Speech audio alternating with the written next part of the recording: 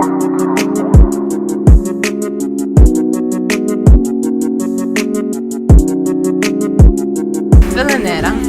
in a flashing lights type of mood today. You're now tuned into Let's Talk About It podcast with Naja Imani. And today, I have a talented guest here with me. I don't even want to get into all your accolades yet because I want to save that for the show. Oliver, I haven't seen you since school. Not even school. It was a talent show or a showcase that you did during the summer last year.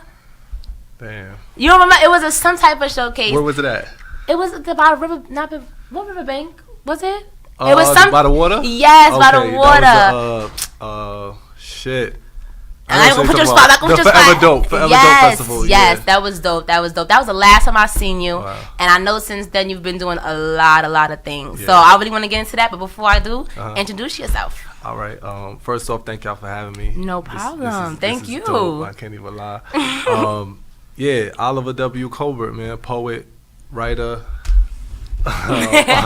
motivational person, motivational character, right. Motivational soul, spirit. Mm-hmm. I don't even want to say speaker because I think that just so limited. Right. But yeah, I mean that's me. I like. I want to actually get started into the name change. Like I know from before you had and it's funny, right?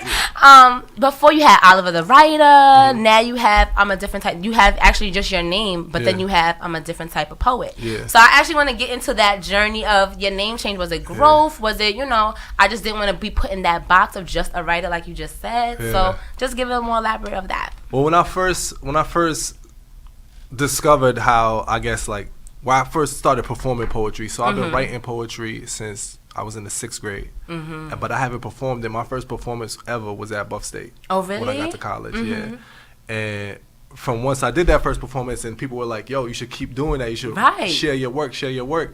And I was like, "All right, cool. But if I do this, I have to have a stage name." Right. And so I was like, "What's a cool stage name, right?" And I thought of Unfazed Poet. So my first. I remember that one. So you might hear if you see me around some people from Buff State, they're like, "Yo, Unfazed." Especially my frat bros, they always play and call me that shit still. So that was my first one because I thought I have to have a stage name. Every person who performs has a stage name. Right. And I thought it was Unfazed because a lot of times people say, "Yo, I don't even know what be on your mind. You don't look like you be thinking about anything sometimes." And I'm not bothered by a lot of things. But then I started doing that calm, collective kind of, Thank you. But then I started processing why that name? Why not who I am? Why not Oliver? Why not say exactly who I am? Because my poetry is a part of me. It's a very, very, very special part of me. And so then I'll kind of transition out of the Unfazed Poet thing. And also it was tough for me to brand. It was just why though? That shit kind of corny. It's to me it was corny because it wasn't true to who I was. You feel me? After a while I was I didn't want people to keep calling me Unfazed Poet. Right. Because it was just people, I was going to open mics and "Yo, Unfazed up next." And I'm like, damn, I fake want to call you. I want to be called by my name. You feel me?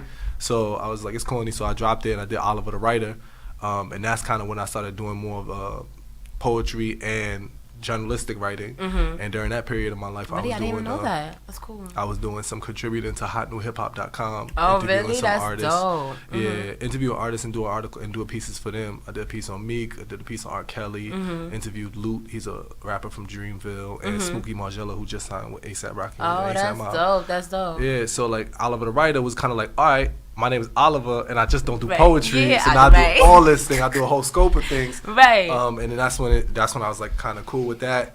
But then even then, I had a sweater branded. I had said Oliver the writer on it. And I didn't feel comfortable with that either. I was like, nah, my whole name is Oliver W. COLBERT. And that's what I want to be called by. Yeah, and it doesn't limit me to writing. It doesn't limit me to anything. It's I will do whatever I do, and I'll do it well, and my name will be attached to it. And I think it's also an ode to my parents who gave me the name. Right. I was named after my father who passed away, so I'm I take honor and pride in it, so I want to carry that legacy. I like that. Because what happened, the story behind that was I had created a little promo, and I had put the poet, he's like, that's cool and all. It's nice, but can I be called Oliver, W. COLBERT? And I liked that. I was like, you know what? You're absolutely right. You're absolutely right. Why not? And that's what made me think about it. Does he actually have a reason for that change, because some people go through growth where it's like, you know what, I'm a man now, you know, I don't need no, you know what I mean? So I actually like that story. For Hot New Hip Hop, how was that? Like, was it dope? Like, actually, you know, interviewing artists and things like that? It was cool. I think the experience was cool, but what was frustrating for me was, like, I feel white people run the wrong industries. And I'm going to just say it out flat out like agree. That.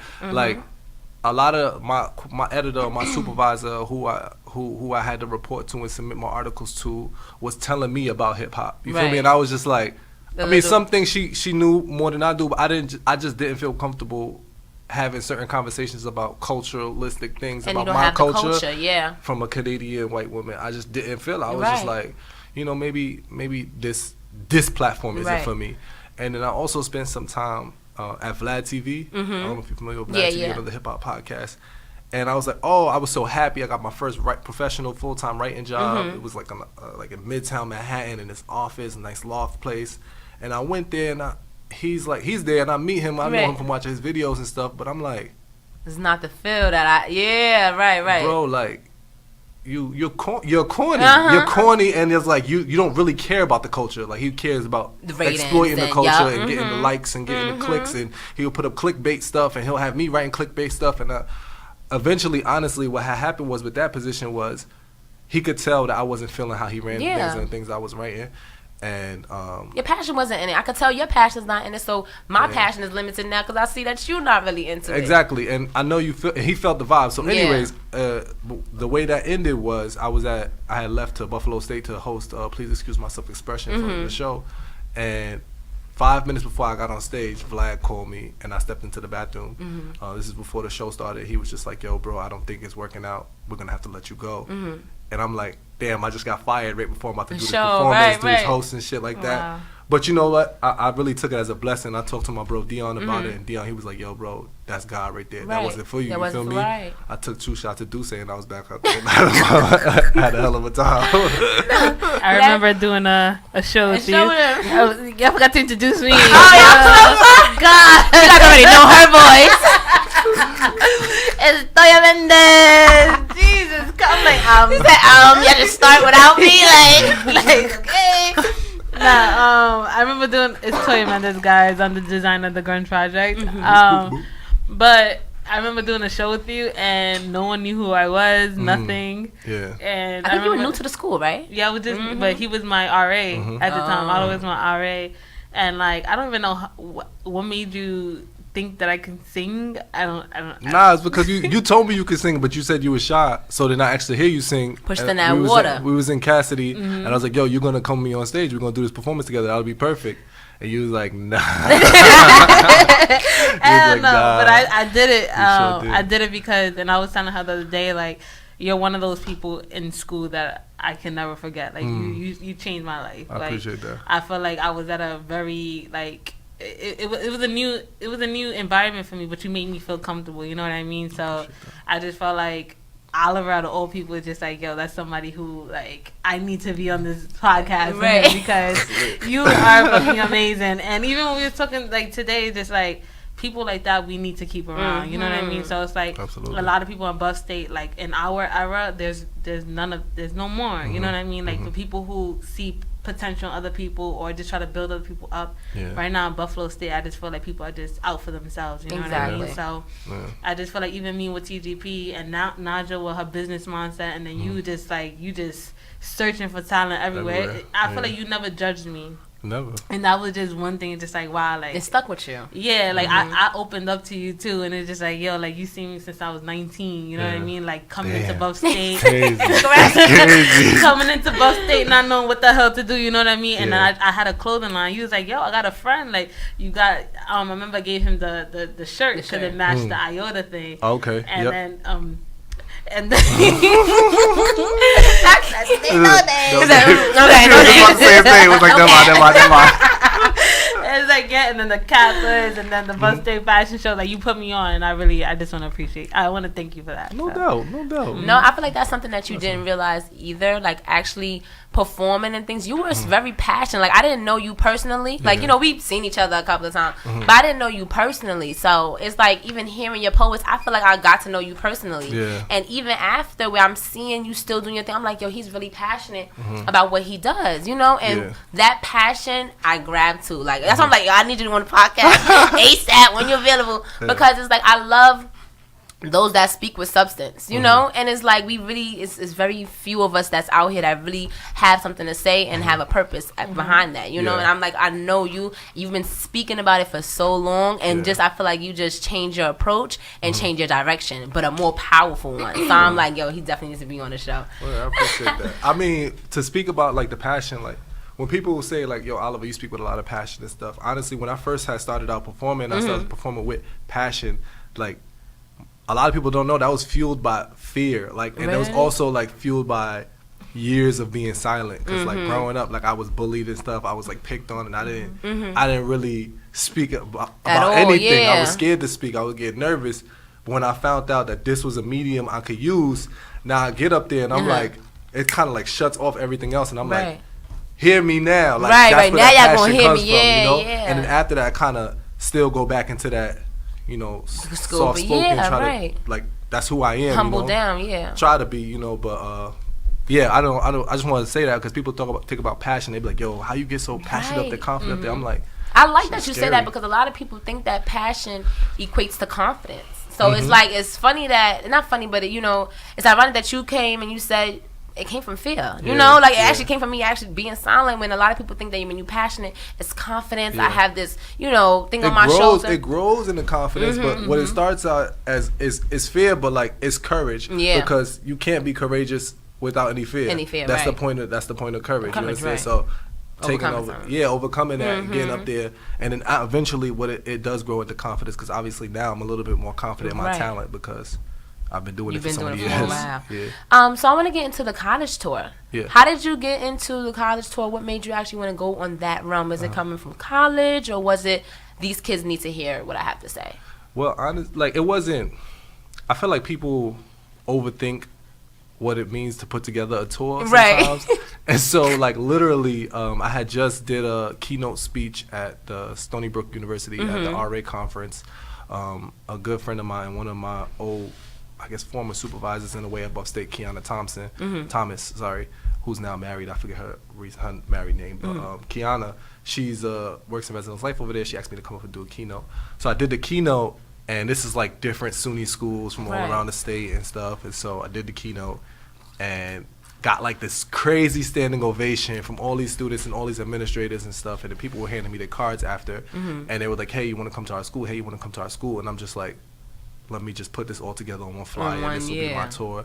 And so when I did that, I was just like, all right, I want this to be student focused. You understand? Like, everything is about the students, because, like, I feel like when I was at school, if somebody came to speak, it was just like they were speaking at me and not to me or with me. So I was just like, I went to those schools and I was like, wanted to engage those students crazy on a level that they haven't been engaged for, you know, because people, they want to talk about social justice, values, and all these important things, but they don't put it in a way that's digestible for the students, you feel me? Especially if this generation who's always on their phones, or if you take them off their phones, they need to be looking at something that's crazy dope, or they need to be participating in it, you feel me? So I wanted to do that, and then when I got the opportunity, when I had like 4 more schools said they wanted to book me, so I was just like, all right, we're gonna make this into a tour. I sent the email out to some other schools, and it was just like, sure. Some of them was just like, nah, we can't afford it right now. And I was like, all right, cool. But I like that, because it shows that you're proactive. You know what I mean? And you're like, you know what? I say I'm gonna do this. I'm gonna do this. You know, I want these kids to, you know, like you just said, I want them to be able to digest something. But you're only able to say that based off your experience of hearing somebody. And it was like, you know, I hear you, but you know what I mean? I like the fact that I like the fact that he was like that. You want to speak. What was it? You want to speak with the students? With them. Yeah. You want to speak with them, because this, me being in Buffalo State, we was there together. It wasn't the teachers that was motivating me. It was my peers who was motivating me. You know what I mean? Like the higher ups, like you.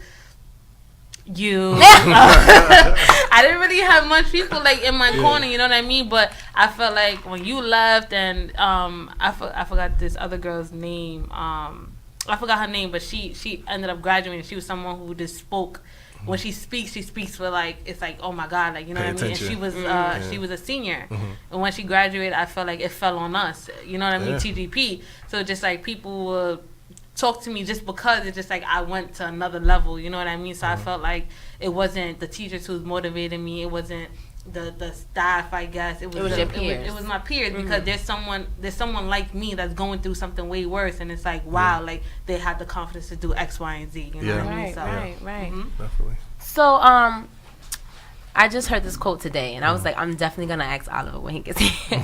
So you're being a motivator or being someone that's an influencer. You're pouring into this cup, right? So basically, she was saying you're pouring into this cup, but who's pouring into yours? So what is a motivation of yours, or some people that you look up to, or some things that just spark some of your, your talents? It's like, you know what, I definitely gotta go down this road. So what motivates you? Well, as far as who pours into me, I'm like super fortunate to have like a very small circle of friends who really like care and who love me. You understand? My brother, my sister, like my close knit family, and my girl, who I'm like madly in love with, is just like, she like pours into me. She makes sure I'm good. And that's important. Good. So like that's what keeps me filled up with the energy that I need. As far as like motivation, I get motivated by young creatives. So like there's this young creative spoken word artist / writer named Keon. Be sure to check him out. Keon. Shout him out. Instagram and all. Stanton right now. He just dropped his first book, self-published. It's called She. But like when I first saw him perform, he's like 19, 20. I'm like, beast. He's a beast. And so like seeing him do that, it motivates me to continue just being there for him, because I don't know if he's gonna I don't know if somebody his age or his shoes, you know, is gonna have another opportunity to perform. So like whenever I get the opportunity to perform, I'm hitting them up. I'm like, yo, you want to do this show? You want to do that? And I do that with a lot of creatives. And another thing is just what goes on in society. I think that sometimes people think how social media and the society wants them to think. And I ain't gonna lie, sometimes I'm a victim of it too. However, like I try to be intentional about taking time back to look at the situation. How we talked about before we started recording about the Kanye thing. It was just like, I didn't see that how everybody else saw it. You know, it's tough to have a different point of view from everybody, because if you open your mouth, it's gonna be like, what? You believe in that? Yeah, right. That's a fact. Hey, yo, and I feel like sometimes when it comes to that too, is like when one opinion has so much power next to it, it blocks out everything else. So everyone just runs to that. It's like, yeah, you know, they right. But it's like, did you stop and think a little bit? You know, did you open up that box and just say, maybe the rest of the clip wasn't even shown, or they just added, you know what I'm saying? Sometimes even with Naja, she made me look at it a whole different way. Because I'm like, I stick up for Kanye no matter what. I don't care what he's saying. I won't even make sense. But it's just like, he's right. You know what I mean? But she's like, listen, like, I think it's a great marketing strategy. And I'm looking at her like, no, he's going through something. He's like, no, look at the timeline. You know what I mean? So it's like, I feel like she looks at things way differently than me. And it's like, I don't even care. Which is okay. You know what I mean? So it's like, I don't even care what you're talking about. I just feel like, you know, he's going through something. We need to support him, this, that, and the third. But as a creative, I'm not thinking of the math, the business aspect of everything, you know what I mean? So it was just like a whole thing with Kanye. And I think that like the Kanye thing is just like, obviously like, it's a good example. It's just one example though, because like, I know we're gonna get to it later, but like college and stuff like that, how people view college, how people view their own roles in society, how people view their stories. It's just like, I see L's as like, people say lessons, people say losses, whatever. Like, I don't even use the L's. Like, that's really an opportunity for you to help somebody else. Any L you took, it's in the past, it's past tense, that's an opportunity for you to help this person not take that L. Right. You feel me? But I like that. I don't know. It's just like, that motivates me. Seeing things different and being able, I think I have a gift from God, and I'm so thankful for it, to articulate things in a way where it's just like, oh shit, I didn't think of it that way. Right. You know? And so that keeps me motivated. And the ability to be understanding, because some people are so closed in to where it's like, you know, if we had a disagreement, or not even, you know, I just had a different understanding, it's like, nah, you know, that's wrong, you know. And it's sometimes having a person that's like, you know what, tell me more, so I can really see it in a way. You're not saying that it changes my perspective, but maybe I get another view. You know what I'm saying? Instead of changing what I think, it's like, you know, I didn't think about it like that. Thank you for giving me that understanding. And a lot of us don't have that. You know, a lot of us are just used to or comfortable being in that box was like, no, I'm right. You know, like, you know, wrong. Exactly. It's because they'll jump into confrontation for the sake of confrontation. It's just like, if I'm like, there's no argument. Like, I don't know. Like, so for instance, like the borough argument that happened every time I'm upstate. Right. Anytime you get around like two people from a different borough, it's other people around. Like, all right. Exactly, right? So it's just like, people argue. People would sit there for months and argue about which borough is better. Neither one of them is ever going to say, "Ah, you got it." Brooklyn is better. Like nobody from the Bronx is gonna say Brooklyn's better. Nobody from Brooklyn is gonna say the Bronx is better. And nobody, I feel like nobody really sits down with with facts. Like, tell me why. Why do you feel this way? It's no, because I'm born there. Da, da, da, da. But it's never some. Give me a little reason so I can understand why you feel. You know what I mean? So I just feel like even with that, people are just too closed in, and we need to open that box up. That's a fact. I really actually want to get into. I don't want to rush getting into the trap, but I am just so excited. I've been talking about it all day. I'm like, I really don't want to rush into it. But before actually breaking down the trap, I see that it's a purpose behind it, you know, and it's like I told you, substance. So before I get into breaking it down, how hard is it? Because I even have this difficulty too that popularity over purpose. You know, like how hard is it to even thrive in your business on your brand when it's about a purpose in a world that's popularity based or trendy based? So it's like, I'm not even, like we were just talking about, you're so closed in to trends and things like that that you're not even listening to what I have to say or what's really going on beyond your phone. So how hard is it to actually, you know, thrive in a brand or a business that's about a purpose when in a world of popularity? It's not hard as long as you know, like, I mean, let me not say it's not hard. Let me just not put that lie out there. I think it's difficult, it's challenging, but it's something like you have to stay true to yourself. Like you have to stay true to yourself because you've been saying that for years. If you get successful in a way that's not true to yourself, you're gonna lose yourself, and you're probably gonna lose the success too, and it's gonna be terrible. It's gonna be ugly. You feel me? It's a lot of suicidals and things like that happening. A lot of different things, and so like the challenge is just making sure you stay grounded. You know, making sure you keep good energy around you, good people around you. And yeah, I mean, I think I'm saying that as if it's easy, but like I can't lie. Like I'm very fortunate to be in a space and be a person that I feel like I have like this aura about me that I think attracts some people, attracts good people, you know? And so like I can hit up a group chat and be like, yo, pull up to this event, and like a lot of people will pull up. It's just like I have that. So it's like to somebody who doesn't have that pull or doesn't have like that popular status, it's just like it's difficult. It's gonna be hard as fuck for them, you know. So it's just like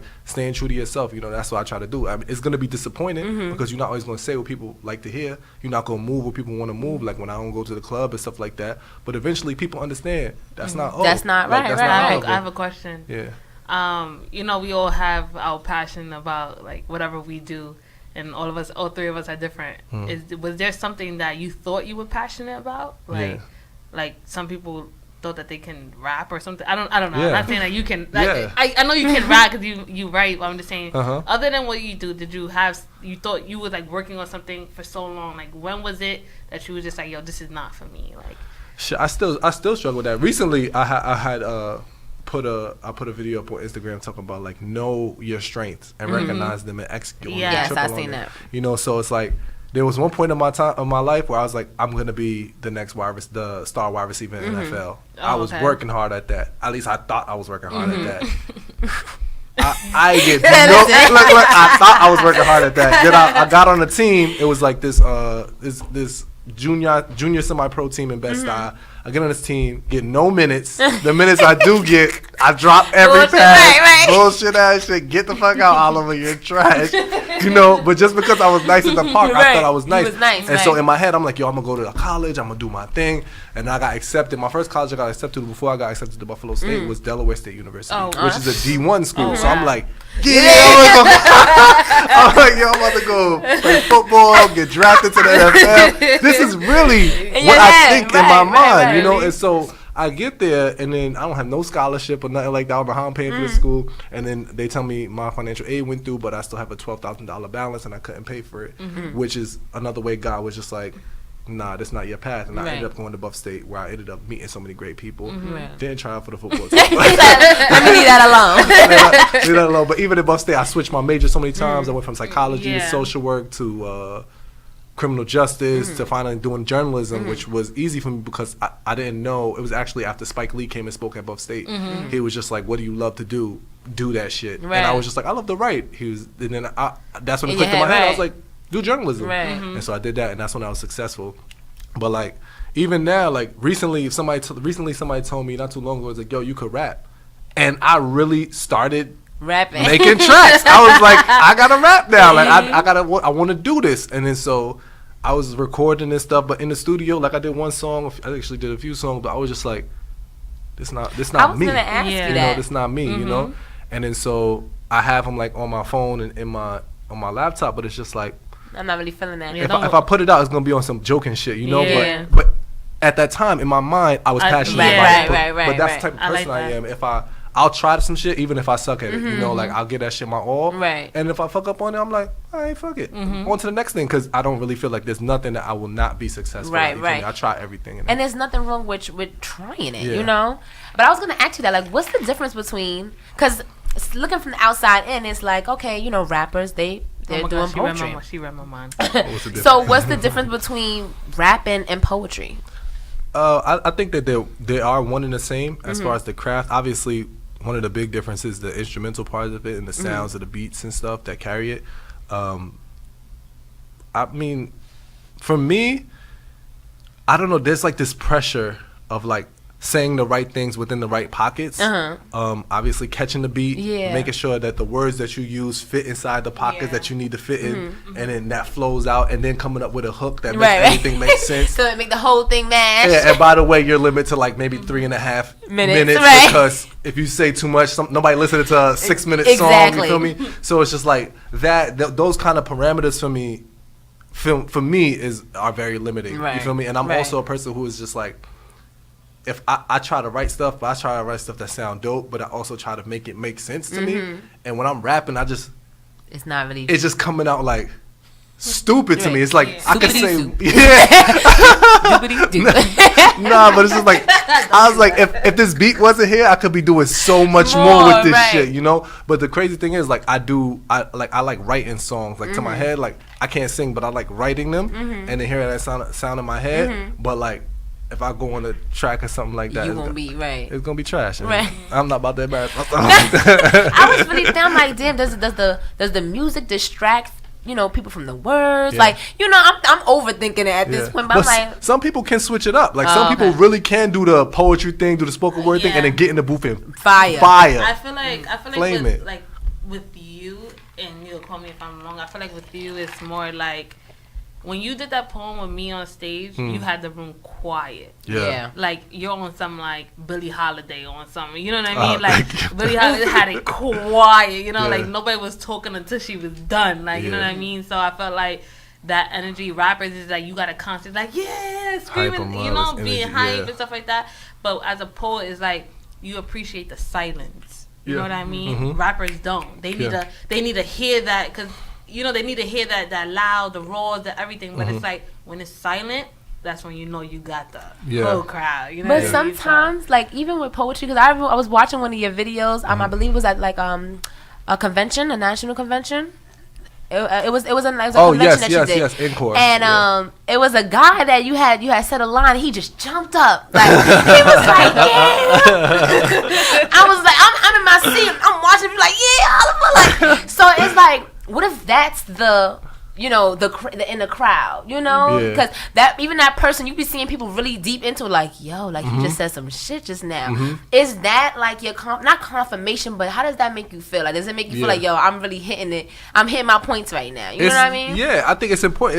It's the connection. It's the dialogue. Like, it's that even if they're silent and they're looking and they're listening, in their head they're processing what's being said, and then they're thinking of a way to dissect it in like themselves. You understand? Yeah. So it's just like, I understand that process from being an artist and also being somebody who's a fan of it. And so like, rapping for me, like it gives it that, but it's a different connection. You feel me? And also in the booth, like, I'm not used to being in a booth. Like, I'm used to performing. Right, even if it's in front of 2 people, it's just right. like. But the way I was doing it in the studio was just like I was in like this closet area, and it was just like black, and it was just like off of the light of my phone. You wasn't feeling it. It wasn't like a vibe.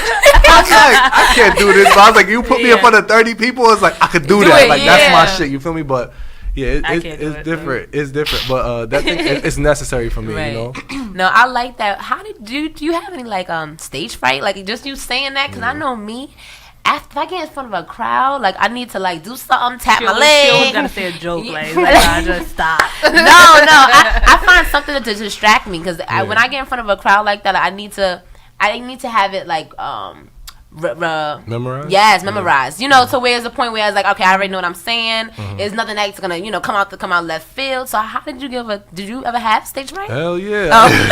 I said, how did you did you ever have it? That's not something you really get over. I feel like just with people think like, yo, what's your key to get over stage fright or public speaking? And I'm just like, yo, like my palms still get sweaty when I go up there. Like I still get those butterflies. Oh, really? I know this is maybe too TMI, but I use the bathroom before I go on stage. I'll be so shaken up sometimes. Right. But when I get there, like I have no other choice now, right? But to deliver or fuck up. You Right. understand? It's just like, have I practiced this as much times as I think? Like, have I put in the work? Right. All right, I have put in the work. Do you know this poem? I know this poem. Right. Do you know they're gonna fuck with it?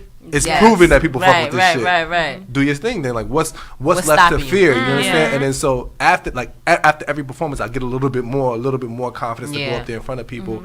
But it's like it's different. So like one time I gave, when it's not poetry, it could be different. Cause I gave a sermon one time at my church, and so that was hard. That was like one of the hardest things for me because I'm like, I had to read the scripture, write it out, and then present it in a way.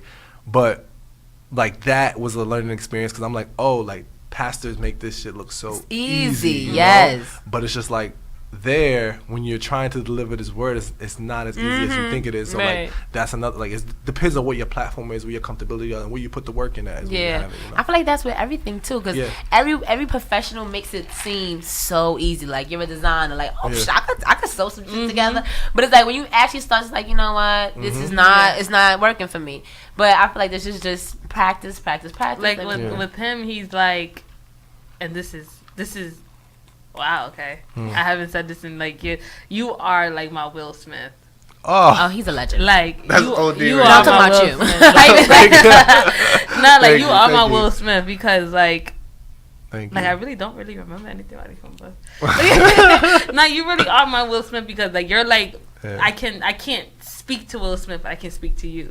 You have like that same mindset as Will Smith. You know what I mean? Like he went through so many trials and tribulations, but you have too. Like your story, like I mean, I know your story, but sorry. I be like exclusives. The late nights with him, like you know what I mean? Like we're just like we went through hell. Like on Let's Talk About Podcast with Naja Imani. It's just that like he know like I now that like I look back, it's like so he wasn't that broken, but at that time I thought I was so broken, like you know what I mean. So you was just like, yo, like do you really think this is something that you need to be crying over? You know what I mean? Like it happened so long ago. Like you know my whole story. You know what I mean? I sat down when I first got to Buff State, so it's just like you are my Will Smith because your words touch me more than like.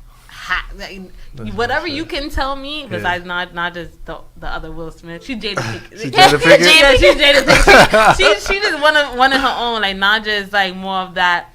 She's that confirmation. Like it's okay. You know what I mean? That's my best friend.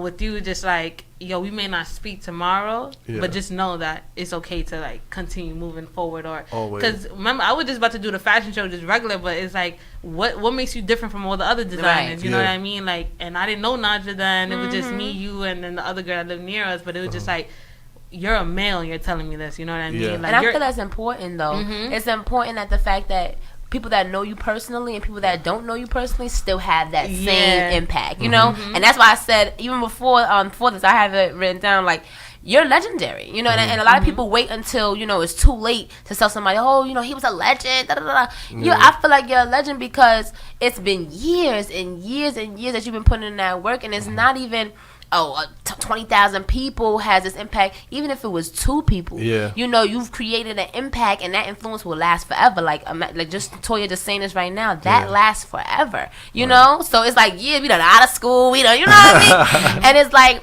that's why I say that's more legendary, and that's why I like that you speak with so much substance and purpose, because it's like that stays, you know. Everything else that happens, you know, her problem that she had years ago, even though that has passed, the words that you have with her, she might tell to her friends, you know.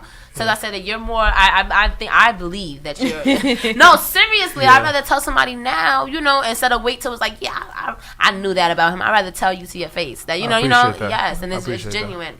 Speak life, man. That's what it's all about. Speak life into people. Yes. All right. The time that we've been over. One day I'll go back to Buff State. I feel like they done drained me out of there, but I feel like with you, it's like I didn't have the mindset that I had when you left. You know what I mean? Because at first it was just like, I don't care if you're part of TDP or not. Like, get the job done, whatever. But when you left Buff State, it was just you left something on me as far as like be more open, you know what I mean? Be more open to people who's out there. So I started searching out. I started being like that mother figure to all my models, you know what I mean? So I just felt like I started seeing passion with people. I started seeing people's passion. I started understanding. I started trying to move everybody before me, like put everybody on a pedestal, you know what I mean? So I felt like Buff State shaped me to the person I am now, because I'm more caring. But before I was just like, I don't have time for other people's problems. I don't care. But it was just like somebody who don't know me from a hole in the wall. Even the book that you gave me, I'm not gonna speak on that, whatever. But I'm just saying, like, I can't with y'all. But I'm just saying, like, you didn't know me from a hole in the wall, but you sensed it. You know what I mean? And who was like, how the hell did you know that I was gonna turn out the way I was? You just was like, yo, like, I feel it the way you feel it. You know what I mean? So I just want to thank you for that. Hey, thank you. Y'all gonna make me cry, man. Y'all gonna make me cry. I didn't know I came here for this. He like, damn, all right. I'm just saying, that's why I was like, I have to be here. She's like, you're gonna stay home today tired. She's like, I'm so tired. I gotta pay him some type of respect, because like you helped me. Like if you don't hear that often, you helped me. Like, and trust me, I didn't think I was gonna make it out of Buffalo State. So. Thank you. You made it, girl. You made it. You made it too. Thanks to her. But all right, y'all. I'm excited. I'm waiting for this time for the whole podcast.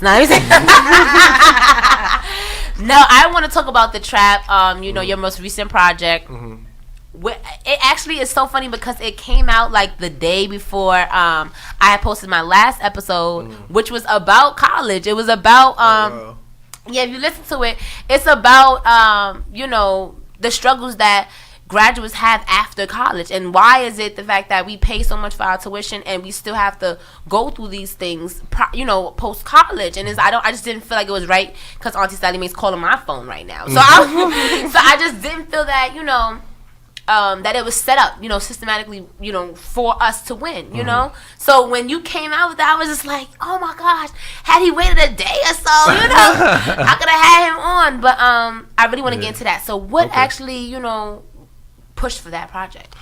Well, I mean, that the video is new. Oh, the video is it's new. For real? Yeah, the video is new. The poem, I think I wrote it back in 2014, you 2015. Nah, no lie. It was right after it was around the time I visited Rikers Island. I went to do a poem session there at Rikers Island with some of the inmates through the New York Public Library. It was a program they were doing. And it's crazy because the connection there was somebody through Buff State too. Oh, really? Just like, I'm doing this program with So-and-so. inmates or whatever. So I decided to go out there and meet some of the brothers, and I did a lot of talking and did a performance with them, chatted it up with them, and then I got to hear some of their stories.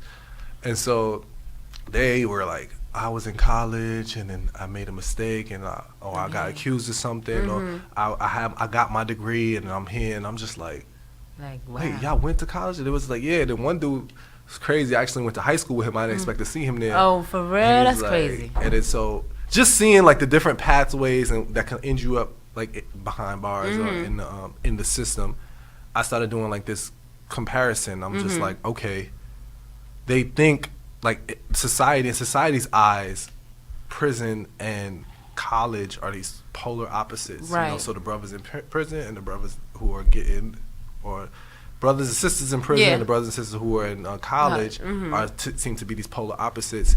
And I'm like, how? Like, it's just a matter of choices. It's just a matter of choices. And in actuality, when you break it down, it's really not that much different. So then I started contemplating ways to how to articulate that in a creative way, poems and stuff. And so I started writing what now is the trap and stuff. And then so what made you want to do or bring it back or do the video 4 years later? Well, I tried I tried shooting the video on my own a few times, and it was trash. It was trash. I tried it. I ain't gonna lie. My girl Sai, she even helped me with the video. She had the camera and stuff. She's not a videographer, and I told her I want to shoot this video. She walk around with me like, "Where you want to go right here?" All right, go ahead, holding the camera, and I'm doing it and stuff. Right, loyal, 100. And then it just didn't come out a way that I felt like articulated show what I was trying to the message I was trying to get across.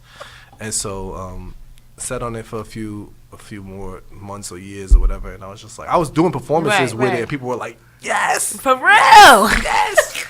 And it's crazy because so I worked with this dude, his name is Ossie Johnson. He's a videographer. He's from Atlanta. He came up here a few years ago. He did a video project for Painting Poetry. Is a Painting Poetry is like a collective, you know, where they do painting poetry, and Mojo Disco hosts it and stuff. And so she had Ossie pick a few performers from Painting Poetry and do these video clips with him. And that's when I met him. And so he did the video clip, and I did the poetry in the did the trap in the video clip. Yeah. But that was just like a part of somebody else's project. It wasn't a part of my project. Right. So I got his contact information, and I was like, one day we're gonna reconnect and we're gonna work. So he told me he was gonna be in the city. I said, all right, let's work. Snatch you up, right. And then so I was going to do a different poem. It was going to be a poem called Selfish Intentions, which is about relationships and people's selfish intentions within them. And it was going to feature somebody else I met at Buff State who's a singer. Crazy how Buff State got all these right. You know, crazy how these connections still exist today. And I was going to do a poem. They still exist.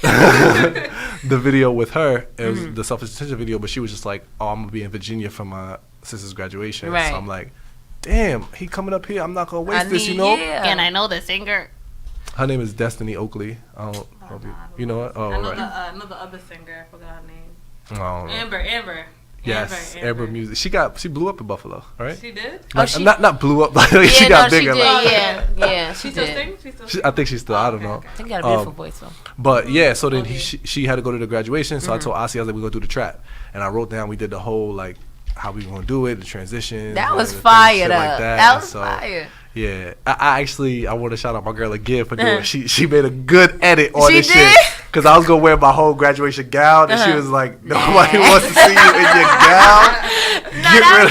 Take that shit off. I would have been like, I guess he's like, you know, people make their motivational speech at the graduation, like, you still got 3 more credits, okay? Your mom crying and everything, like, stop. All right, you doing too much. I had this shit laid out on the bed. She was just like, no, babe. So I did that, and then we did the video, and then it turned out beautiful, and it is what it is. No, it is so dope because I'm a person that's into lyrics. So I replayed it like 25 times. Like, oh, let me run that shit back with my flex bombs. But I'm into lyrics, so I actually was like really listening to it. And it was really deep, like you know. And it's so funny that you made it 4 years ago, but I'm connecting with it right now, you know. And that's what I mean by. That's powerful, you know, because some people just stay within that trend or stay within that year, and it's like this may affect somebody 5 years from now if you know things are still going on the way it's still going on. And for it to have been 4 years and it's still connecting. Facts.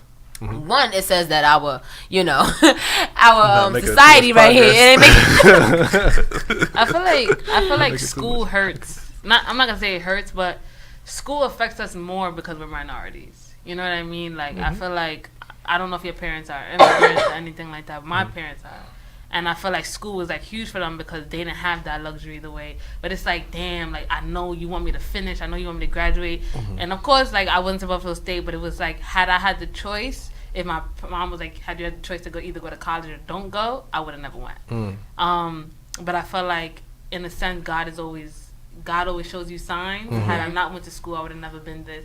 I probably would have been something else, but I just felt like had I not went to Buffalo State, I wouldn't realize the things that I did. You know what I mean? So I felt like I would tell anybody, school was a blessing for me because I made something out of myself. Yeah. But there's students who they get even more lost, and that's my fear for other people. Like you are this confident person, but when you go away to college, it's just like, oh my God, I'm in a whole different city. Who the hell am I? I thought I was one person, but I don't even know who the hell I am. Mm-hmm. So people just fall deeper, and some people just say, no, I'm gonna make it out. Mm-hmm. But not everybody's that strong. Yeah, I feel like that's personally, that's personal character as well, because like I was more on the economic side. Like, did you have a free I said free pass. Go around, go collect $200. Did you have student loans, or did you pay out of pocket, or EOP? I had loans. I wasn't EOP at all. I was supposed to be EOP, but the semester I was supposed to come in fall, and they let me know 2 days before I was supposed to come, and I'm broke in Brooklyn. Right. I can't get there 2 days. Can I tell the story when I went to your room and you told me about never mind. Exclusives not on that. Offline. They all live. That's like one of my She got all the memories right now. He's like, yo, you worrying about this, but I'm worrying about paying my student loans. I was like, it's serious out here in these streets. I was like, you here having the luxury to do whatever you want, but I'm here, I'm studying because I can't afford this. Like, I was just like, How did that affect you? Yeah, like after, because right now this is what I'm going through. I done deferred it as much as I can defer it. Don't we all? They done caught on since I gotcha. Like, how do you feel about that? Because I want to get into I want to break down the lyrics soon. But how do you feel about graduating school and still having this bag on your shoulder to where it's like, damn, like I graduated school, but I still got this student loan on my back for umpteen years. How do you feel about that? Well, I think. Well, one. Or was it worth it? I'd say, all right.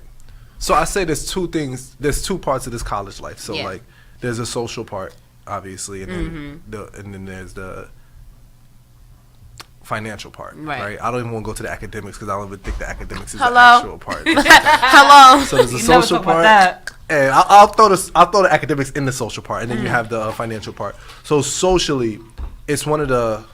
It provides so many opportunities for growth. That's undeniable. You cannot. I've spoken to so many people, and they're like, "Yo, if it wasn't for college, I don't know where I would be or who I would be." Right. You understand? So you have opportunities to grow within this 4-year gap of meeting people, having relationships burned to the ground, having friendships burned to the ground, building new friendships. You understand? And then knowing things about yourself, challenging yourself and stuff. Right. But then you got the financial part where it's just like, all right, now you have to pay the price tag for all that stuff. You understand? And then it comes into question where, for me, after it was just like I felt tricked after I got to college, not because I had to pay back loans, but because prior to college, everybody's telling me college is an investment.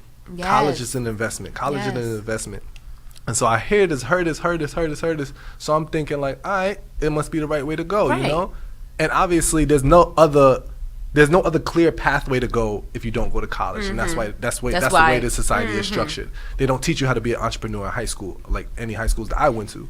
So financial part. So I graduated, felt tricked or whatever, but now I'm like, I also felt I have a responsibility now. So that's why I went to get my master's. So I'm like, I go to get my master's, and what do I go get my master's in? The thing that I hate the most, higher education administration. The thing I hate the most. So I'm like, we're gonna figure this out, and that's how I did. I ended up doing my thesis on why college education is not necessary, and like why the college degree isn't worth the price we pay for it, and why it's being tricked. I agree. And so, honestly, I like I said, when I graduated, I felt tricked, and I don't feel like I should have to pay back student loans. To be honest, I don't feel like I'm in a position where I feel like, you know what, let me pay y'all for this because this was worth it. You get what I'm saying? Yeah. Like, I don't feel like, and that's what I was saying before too. Like, even before you get into college, it's like you're going to college because this is the route. This is the route where you're going to be successful. Yeah. It's the route, And then when you're told that, it's like, hey, all right, I'm going to college because that's the route that I want to be on. And you graduate college, and it's like you're thrown back into the woods. You know,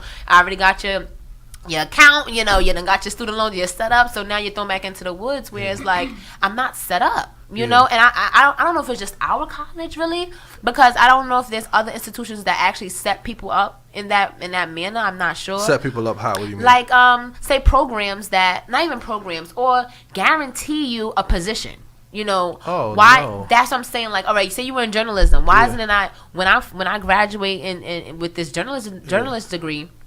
I'm thrown into not the woods, but I'm thrown into the journalist industry. Yeah. You know what I'm saying? Well, so to try to answer that from somebody who's like been working in higher education for some time, the institution's position and responsibilities to the student is to provide the resources for them to be as successful as possible. And the students. So their response to that question would probably be, have you taken advantage of our career center? Right. We'll show you how to build your resume, do mock interviews and stuff like that. But that's not a direct connection. Exactly. The issue is when people are telling you go to college, be successful, that's where the conversation ends. And unfortunately, if your parents didn't have to go through the loan thing, they're not going to be able to articulate to you or tell you, all right, this is how you stay out of debt. Exactly. You understand? So, like, that's why, like, now, if I'm planning a family, like, I'm going to know this is how you stay out of debt. You feel me? Or I'm going to make the bread, so I'm going to pay that up front. We could do that because I want this my kid to experience college, but he shouldn't have to bear the burden that I bear as far as loans go. Right. You understand? So,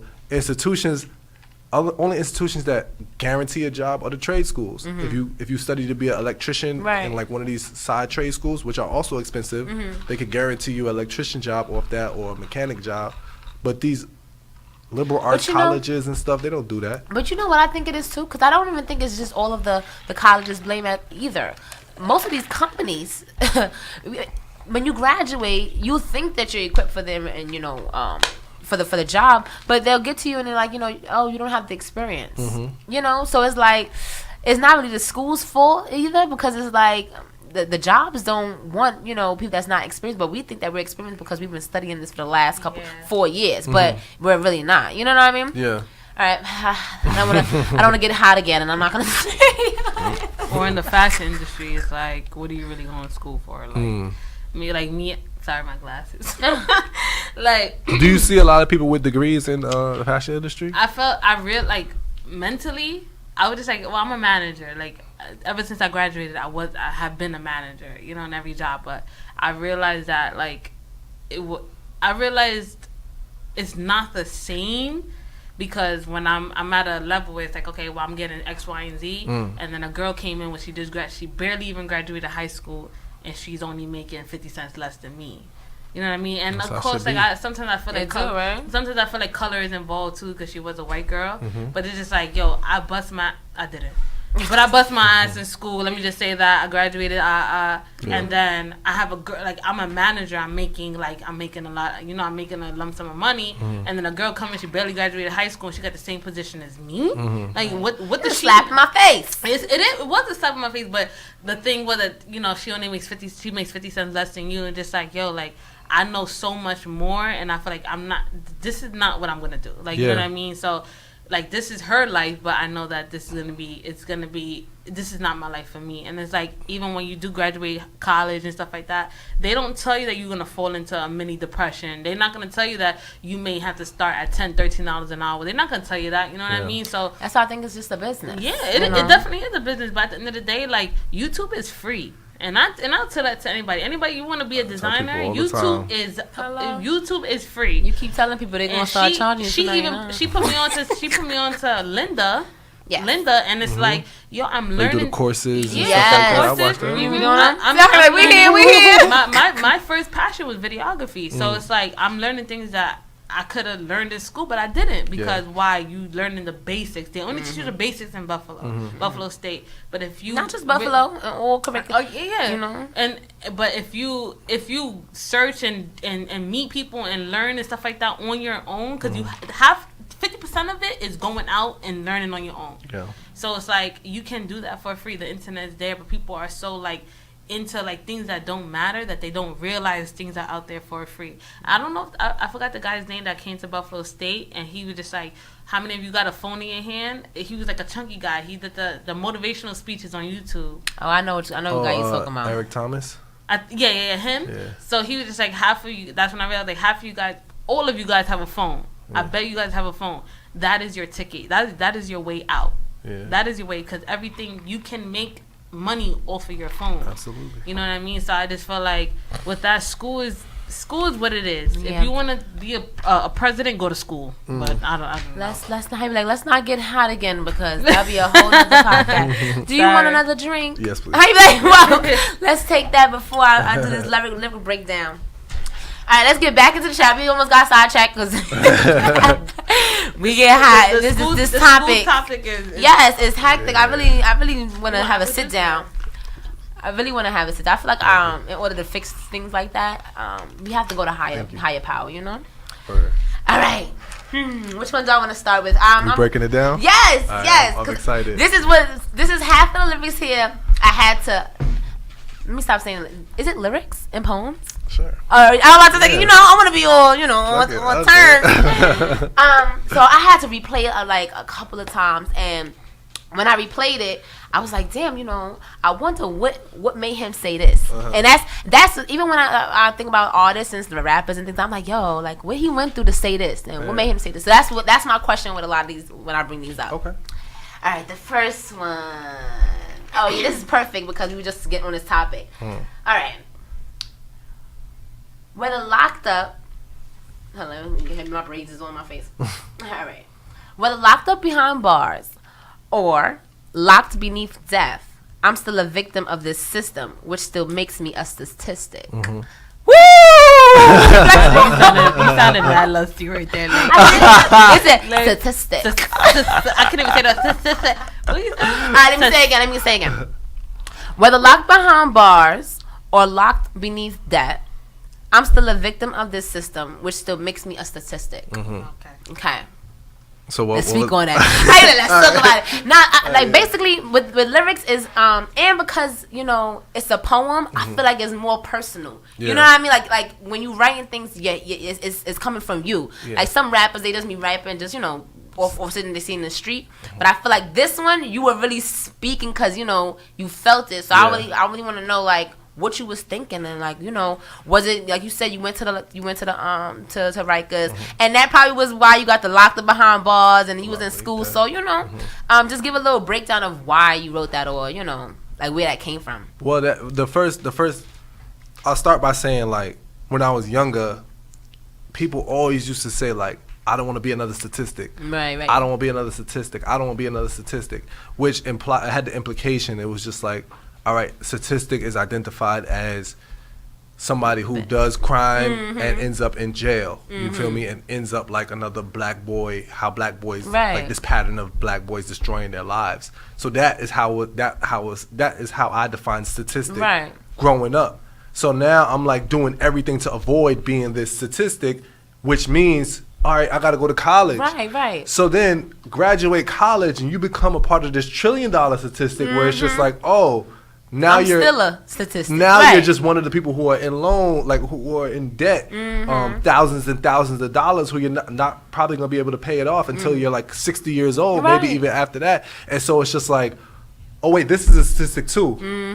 So it's just like, I could have went that way a bit of statistic, I could have went this way a bit of statistic. Either way. And now with this student loan, if I don't pay it back in time, or if I don't pay it back with like within certain increments and stuff like that, I'm not going to be able to buy a house. I'm not going to be able to get where I want to get financially. You feel me? Whereas if I would have took this route, if I didn't get caught, I probably would have been able to do it. So it's just like, you feel me? So it's just like, it's your choice. And now, picking poison. Yeah, and it's like this, where it's like the scale thing where I'm weighing it at that line, and that line I'm weighing it like, damn, whether locked behind bars or locked beneath that, I'm still a victim of this system, which still makes me another statistic. So it's just like, we think about the system, we think about mass incarceration, we think about all the other stuff that's clearly negative. We don't think about the sneaky system, the sneaky ways that they can put the system within the college industry, And that's what college is. It's an industry. Just like prison is an industry, college is the industry. They're making money off of college, selling people education, which should be free. You feel me? And so it's just like, that's why that line came from. I replayed. I said, "What did he just say?" All right, let me see the next one. I don't want to go in order here. This is dope. I like this. I think I want to do. It's always the ones with the most drive that's the first to crash. Yeah. So I kind of was like on both ends. Like, amen to that. No, it's kind of like, okay. Should I have that drive? Like, you know what I mean? Like, so when you say you're the first to crash, what do you mean by that? I say like, it's the people who have this vision, right? Who know what they want to do to be successful, who know what in their mind what success looks like, right? And they're not scared to go for it. They're fearlessly going for it. Sometimes when you don't have the right information or the right guidelines, you end up crashing. Oh, okay. You feel me? So it's just like, you eager to do it. The brothers with the most drive, it's just like, yo, I'm gonna get this bread. Like that's, you ever met somebody with that kind of drive that they'll do whatever to get their bread? Yeah. Like that kind of drive. Yeah. And it's just like they end up swiping, scamming, getting locked up, whatever like that. Damn, you crashed. Yeah. Almost made it crash. Or it's just like, I'm gonna go to college, I'm gonna do this, I'm gonna do this, I'm gonna do this, graduate college. Now you working at Planet Fitness, which happened to me. You feel me? Like I crashed. Like I was like, why am I working? I just paid thousands of dollars for this degree, and I'm getting paid $10 an hour thing. And to me, that was a crash because I'm like, I just wasted my time, you know. And so it's just like that line in particular was more toward the negative part. Well, the society's negative part to it was just like when you do something illegal, those men, women are fearless, fearlessly going toward their passion. And then it's fucked up because they don't have the right information or the right guidelines, and then they end up crashing. So it's like those are the people who are always the first to crash, but it's the people who like wait back, look, watch everybody else crash and be like, oh, okay, you know, who get the information, or other people who are just privileged, you know? People who have parents who have legacies in college who'll be like, oh, that prepare them to do that same thing. Yeah, this is how you do it. Don't go down that road. Do this. Like if my grandfather, if he was like this major time drug dealer, he knew the game. He teaching you the game. He gonna teach me the game. You feel me? And then I'm gonna be successful because he knew how to be successful. Right.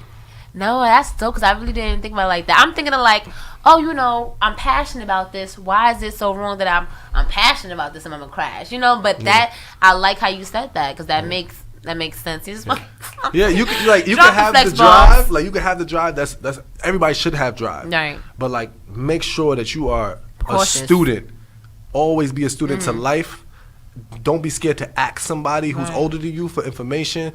Ask somebody who has more experience than you, and listen and watch. You feel me? Like don't be blind. Don't be like I got this on my own because you can't do it by yourself. You have to watch. Yeah, as Naja would say, for the people who don't really like to dissect things, be open-minded. Yes, very much. Be open-minded. She says that all the time. She's like, you're not open-minded. I think I'm trying. Because you miss things. You know, when you don't read in between the lines, you miss important information because it's like you just scamming. And it's like, wait, take your time. You know, take your time because it might be a real message that you just scanned by. But I really like that one. Okay. Don't wait until you're 6 feet under to get close to your roots. Yeah. So how do you get close to your roots? Reading, digging deep into my family's history. I try to be very intentional with that. Like, I like to know. Like, I never met any of my grandparents, so like I ask older people in my family. Like, I mean, obviously they told me now. Who is who and who did what to what, but I'm like. Going to museums, looking at like the census and stuff like that, digging deep, really doing some archival studies and stuff to see who I am, and also paying attention to those who came before me, like the writers that came before me, the black activists and influence who came before me. My favorite writer and speaker, motivational influencer, whoever, like activist is James Baldwin, and like super dope guy, man. And I just make sure I try to read some of his stuff and other people who came before me, and that's it. But as far as that line, I mean, are you asking me about that line? No, you can get into that too. Okay. I know you said that. I remember one time my teacher, Miss Powers, she's I'm into poetry too. So I just felt like one time she's a white lady. You just saying that just made me remember. So she was like, "Who's your favorite writer?" And she was like, and I was like, Langston Hughes. She was like, and why? And I didn't have a reason. I was just like, oh, cause that's just who I learned about in school. So she was like, I'm white and you're black, and that's not even my favorite. You know, that's not even my favorite writer. You don't know who you are because you only know what they teach you. You know what I mean? So she was like, you have to like dissect things. There's so many other writers. I was like, well, that's the only person I know about. Like Langston Hughes, like he's dope. And she was just like, do you know about this person and that person? I was just like, no. She was like, you're not in school to just learn. You're in school to broaden your horizons pretty much. And that's still my favorite teacher to this day. Like, but I just said like, I feel like that when it comes to roots, and it's something that I'm battling with, because that's why I really wanted to hear your answer, because this is something that I'm battling with. I feel like African American culture and African culture are very different, you know, and I feel like I really admire the way that they keep their traditions as speaking in African culture. I really do, because I feel like, I don't know if it's you know, the great grandparent is making sure that they're passing down that culture, so that, you know, the current generation has that story to tell, and this is why they carry around, you know, all of the jewels, or know the whole story. And I feel like and a lot of people that I do speak with that are, you know, African American, or see, it's to that point where I don't even know if African American is what I should be. You get what I'm saying? So I'm battling with that, and I really have a problem with that, because I really want to know, you know, like that power behind who you are. That's like the interview with Jay-Z.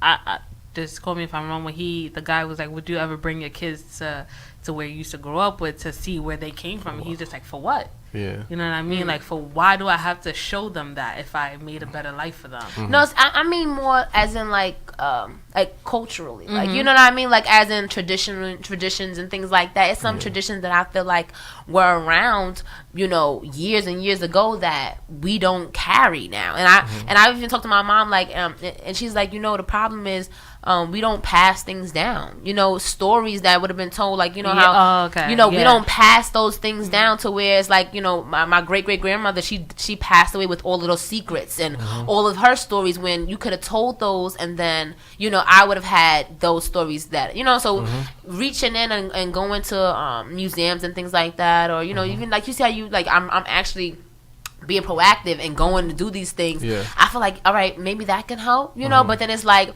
what about in my family? That wasn't it. You know, what's in the books wasn't in my family. You know what I mean? Do you think that people, like, my grandmother tells me she doesn't tell me certain things because she's trying to save me. She doesn't want me to be mad at what happened. But then I'm clueless. You know what I mean? I rather know, just to have that understanding. You know what I mean? And then what that does is that I value my people now, because I know bits and pieces. But what if I had the full experience, or, you know, old pictures? And I know there's some people that actually have those old, like, you know, like slavery pictures. You know what I mean? Like, yeah. But I feel like I would feel down to my roots. That's what when you said that, I was like, damn, like, you know, like, how can I get closer to my roots? Because there's a lot of us that walk around like we know each other, like we know ourselves, and we don't know ourselves as much as we should. Sorry to get serious. I mean, as far as roots go, I mean, in that line in particular, like, I think it's just tapping into where the source of your historical power. You know what I'm saying? Like, I think everybody has historical power, and I don't even want to say, like, all right, black people should go back to Africa and stuff like that, like, because even in that, like, there's a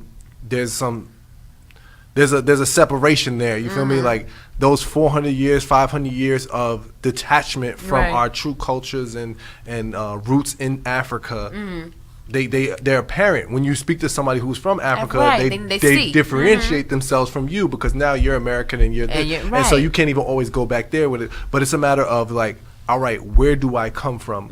Why am I the way I am? You feel me? Whether it's culturally, or it's just like, where did I pick up these habits from? Or, you know, certain things like my features. What power lies in my identity? You understand? And so I think a lot of every person of color has a lot of power in their identity, and I think they're also responsible for trying to track it back. You know, see where this power is. Because once you find out that people before you had the same power, if not more power than you, then now you know what I am building up to, what I have inside me. And so, like, seeing, like, for me, it was just like seeing my mom around her family at old pictures and stuff like that. I was just like, I come from black excellence. Seeing my dad around, I come from, seeing, like, listening to James Baldwin, I'm like, he has some of the same ideas I have. I may not be related to him, but I'm just like, these are people, people who thought like me, think like me, you know, who were before me, you know. So now I know, like, going forward, all right, I have this thing to uphold. And before, like, don't wait until you're 6 feet deep to get close to your roots. It's like young brothers, these young kids, they don't really care about it like that no more. You know, like, I feel like they don't really care about getting close to their roots. Not as much anymore. But it's because everything is so fast paced and everything is so, they're dying at a very young age. So it's just like before the police get you, you know, understand your power, understand your source of power, you know. So that's Can you just say that name one more time? James Baldwin. Okay. Yeah.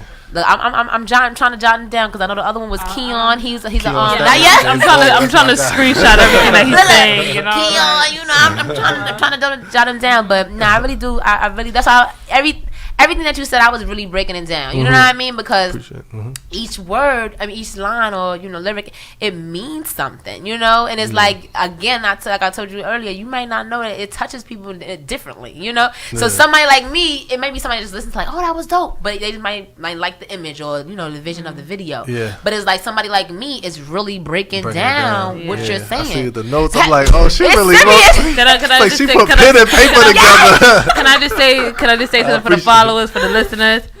James Baldwin is from the Bronx. Hello. He went to do it Clinton High School. I think he's from Harlem though. He's from Harlem. Google down. He lived in Paris for a little bit too. Well, he went to the Bronx High School doing that. Same school as A Boogie. All right. No, but I really think that's a good message though. Get deep to Don't wait till you 6 feet under to get, you know, close to your roots. There you go. All right, the next one that I liked, that I feel like, you know, I can relate to, or a lot of people that can relate to in today's society. I gotta say this like with my poet voice. All right, go ahead. We get high off of images that aren't real, but yet we still addicts.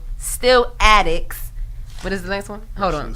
Yeah, hold on. I need to say it. Let me say it. We get high off of images that aren't real, but yet we still addicts, fresh new sneakers, but we can't kick habits. Come on now.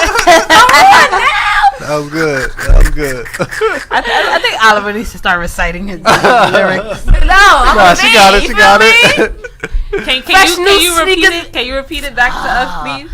Alright, you ain't like how, let me say. Yeah, start the first line up. Just say it, please. The first line is, we get high off images that ain't even real. Still addicts, fresh new sneakers, but still can't kick the habit. Quick to pawn our power for another fix before you even realize we have it. No, that next line is really powerful though. Quick to pawn our power for another fix. See, you're not even following the first line. You have to it goes in sequence. All right, I'm gonna say it again for you so you can understand.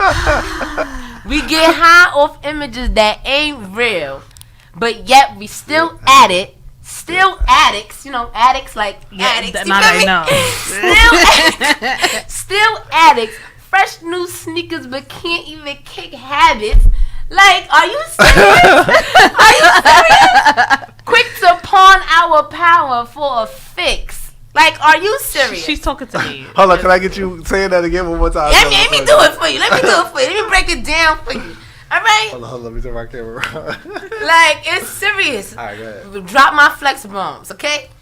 We get high off images that ain't real, but yet we still addicts, fresh new stinkers, but can't kick old habits, quick to pawn our power for another fix, before we even realize that we have it. Hello, flex bombs? Flex bombs all day. No, seriously, like that right there we can relate to because we're going through that right now in today's society. Like the whole way here, she was like, why does likes matter? Let me tell you something, right? So like about 2 weeks ago, oh my God, I'm a person that is like, when I see something, if I hear something like this right here, it's fire to me. Like you remember me? Like it's really, like you can see how passionate I am that it's fire, because I'm breaking shit down. You remember me? Like, so it's like when I hear something like this, I might go home to my mom's like, yo mom, go turn this on because this is fire. So I did that to Toya for another artist, and I'm like, yo, like go listen to this, like he's fire, you know, blah blah blah. She goes, let me finish. She goes, oh, okay, 200 views. This is nice. 200,000 views. I said. That's not what she said. I said 200,000 views. It was 200,000 views. It was 200,000, yeah. but it was a couple of videos that he had some low, but that don't matter. He didn't have any low videos videos at all. I'm telling you that he did. So well, I didn't see it. It was somebody else that could vouch. She said 200. She threw a little shade. She threw a little shade. Is that a fact? But it's over a phone. I didn't have no shade, and I put that on my dead father. I didn't have any shade. I hate people do that. I didn't have no shade. Like how you argue with somebody like that. No, what I'm saying, like, I didn't have no shade. And today, forget it. I said, and I'm gonna tell you, I said I was just like, we was talking about you, and I was just like, I'm surprised, not subconscious. I wasn't thinking, but I see what she was talking about. Now you see what I was talking about. But she was annoying me because I was tired. But I was like, I'm surprised Oliver don't have like 20,000 followers by now because of how inspirational you are. Yeah, like, too. you know what I mean? So I said, but she was like, So I said, and this goes back to when she said 200 views. This is nice. You feel me? Because I'm like, I didn't say it like that. I'm like, it don't matter if he have 3 views. You get what I'm saying? Like those 2-3 people, they might have been really impacted by what he said, and you never know that beyond social media or beyond the views, beyond the likes, he may really have he may be impacting 20,000 people. You know what I'm saying? But you just can't see that. So because you can't see that, you already devaluing him. You know what I mean? And I didn't like that. Yeah. So I'm like, even with you today, I'm like, oh, I told you I was hyped one day about the trap. So I'm just talking about. She's like, yo, I'm just surprised that he don't got 20,000 20K followers. So I'm like, why does that matter? You get what I'm saying? Like, you don't know beyond. He might have started a new Insta. You get what I'm saying? But this stems from her, from what I quote unquote said the week before. But I'm just saying, like, the amount of people that you impacted is just like, yo, I'm surprised you don't have those, like, like the views, like in a social media. In the social media world, it's just like, yo, I'd rather have people following you than following the next girl who got blunt implants or the rapper and stuff like that, because you touch more people. You know what I mean? So that's what I'm saying. But this again, is what I'm saying. It's all about perspective. All right, it is about perspective. But that's what I'm saying. I understand what you're saying. That's what a lot of people are saying. Oh, social media views and likes. If you don't have this, remember when we was trying to find some artists, and it's like, oh, he's nice, but he only has 20,000 views. I'm gonna go with the person that has 100. When the person with 100 was trash. You get what I'm saying? You don't know how they got those views. You don't know how they got their flowers. A lot of people are buying their flowers, followers nowadays. So it's like, if you go strictly based off views and based off how you think they're being perceived, you may be losing out on things as well. And I feel like you just hate that our generation is so social media based. You know what I'm saying? Everything. People are getting famous on social media right now. And I'm mad that I didn't tap into that, like years ago. Like, I could have been a Cardi B had I known that it was that. Like Cardi B was doing other things. I'm just trying to tell her, if she's gonna say that I said 200, it's like I said 200. Oh, he has 200,000 views. I got you. No, that's what I'm saying. You're good. I have someone else to vouch. That's all I'm Okay, she has someone to vouch, but I did just say 200,000 views. But no, Oliver, I just say it nonchalant, like I didn't care, whatever the case may be. I did say it like that, but I didn't mean it like that. And I do have like my way. We gonna go back to the trap after this, but it wasn't until I said. Because she looked on YouTube, right? It wasn't until I said, yo, go to his Instagram, because, he's, just so you can really get a good, just of who he is. And it wasn't until she seen him with legends. You feel what I'm saying? Oh, wow. No, she told me about the legends, actually. It wasn't until she scrolled down and was like, oh, wow, he's really lit. Like, he's with so-and-so. Oh, wow, I know this person. He's with so-and-so. And that's where I'm saying, be honest. I'm not even trying to come at you, Toya. Be honest. Because that's not true. But be honest. I feel like I really feel like that's not true. We're going to watch the trap. Because we'll talk about this another day. Well, hold on. Let me say something. But I think it does matter that you take into consideration, like, the social media world we live in. Like, when I look at some people's social media page, like, I know the turn-offs and turn-ons about people's page. So, like, if I see an upcoming poet and he's following 1,000 people, but he has 500 followers, you feel me? Like, to me, I know, like, I'm not looking at it from, like, oh, you're trash. I'm looking at it from a place like, yo, your audience is not going to want to follow you because you follow more people than people following you. Like, it sucks. It's but that's whack. what I'm saying. That's why he may be just starting out. But this is the world you're living in. Right. You feel me? So it's just like, how do we adjust to this thing? How do we adjust? How do we make sure that our stuff that we're getting out there and what we're marketing is palatable on social media, you know. So you have to take it into consideration. You have to play the game sometimes. That is true. But what about instead of adjusting, why not, you know, put in a little bit of changes there? Because if you adjust, that's all that's going to be there, which is why we have 6ix9ine and, you know, things like that, because what we're doing is adjusting to what's going on. So we're actually enabling the fact that social media is more realistic than real life now. Yeah. Which is why people always say, like, you know, you have to be let's bring it back to reality. Like, remember that, you know, everybody that you see, all the celebrities that the chains and all that, that's not reality. Not you get what I'm saying? Like, and it's not until they actually say it to he's like, oh wow, for real? Like, Future's he had a new album out or whatever, and then he's talking about he hates himself. You know what I'm saying? Like, he hates the fact that he is who he is. Like, oh, these drugs, when these drugs go down, I want to be who I am. I want to, you know, but he can't do that because he put up an image. And now that everybody see him as his image, he has to continue to be that way. Yeah. You know what I'm saying? And it's because we're enabling the fact. You know, we're enabling that. Yeah. So it's like if you put in a little screw, sometimes it bends the rules instead of just applying. You know, shit, like it is what it is. Like, this is the social media world. Yeah. You know what I'm saying? Like, I don't mean as far as content goes. I mean, like, as far as like how people like. What attracts the eye to your profile? You feel me? Like, I think that's important. Like, I don't post everything because, like, some of the stuff that I like, I'm not gonna post me playing 2K on thing because it doesn't matter. Like, why are you on Instagram? Like, are you Instagram building a brand? How are you building a brand? Like, if you're building a brand, there's certain steps that you got to take in order to build a brand. That's true. And what's the brand that you're trying to build? Like, it's a terrible, like, world star and this world star world. Shade Room, who said all it? that. I think it's Childish Gambino said it in one of his songs. He's like, world star in a soulless galaxy. Like, it's world star is a star in a soulless galaxy, and that makes sense. It's just like, this shit has no soul whatsoever. Right. So it's all numbers and facts. And I remember one time I did some stupid shit. It wasn't stupid, but it was just like something that was outrageous. When I was doing Writers League, I was doing this business for writers or whatever, and so I called up Warner Brother Records and I'm like, hey, I want to do a partnership, and then they thought I was a rapper, so they're like, no, you know what you got to do? Get your followers, like, build your fan base, and we'll find you. And I'm just like, what do you mean my fan base? Is like, if you get over a certain amount of followers, we'll find you. You know what I'm saying? Like, oh, so y'all just looking at the numbers, you feel me? So that's what I mean. That's not as far as content. I mean, like, I wouldn't want to, like. But that's what I'm talking about. All right. I'm not content. I'm talking about the fact that it doesn't even, the content doesn't even matter anymore. Do you know what I'm saying? Because people's perceptions are going strictly based off numbers. Their likes and their followers. Yeah. Like, so that's what I mean, as in, we have lost sense with the content. You know, so before I look at you as a person, right? A person in this generation will look at your followers. Oh, let me see, is he lit? Like, oh, he not lit. So I'm forget your content. When your content might be of substance.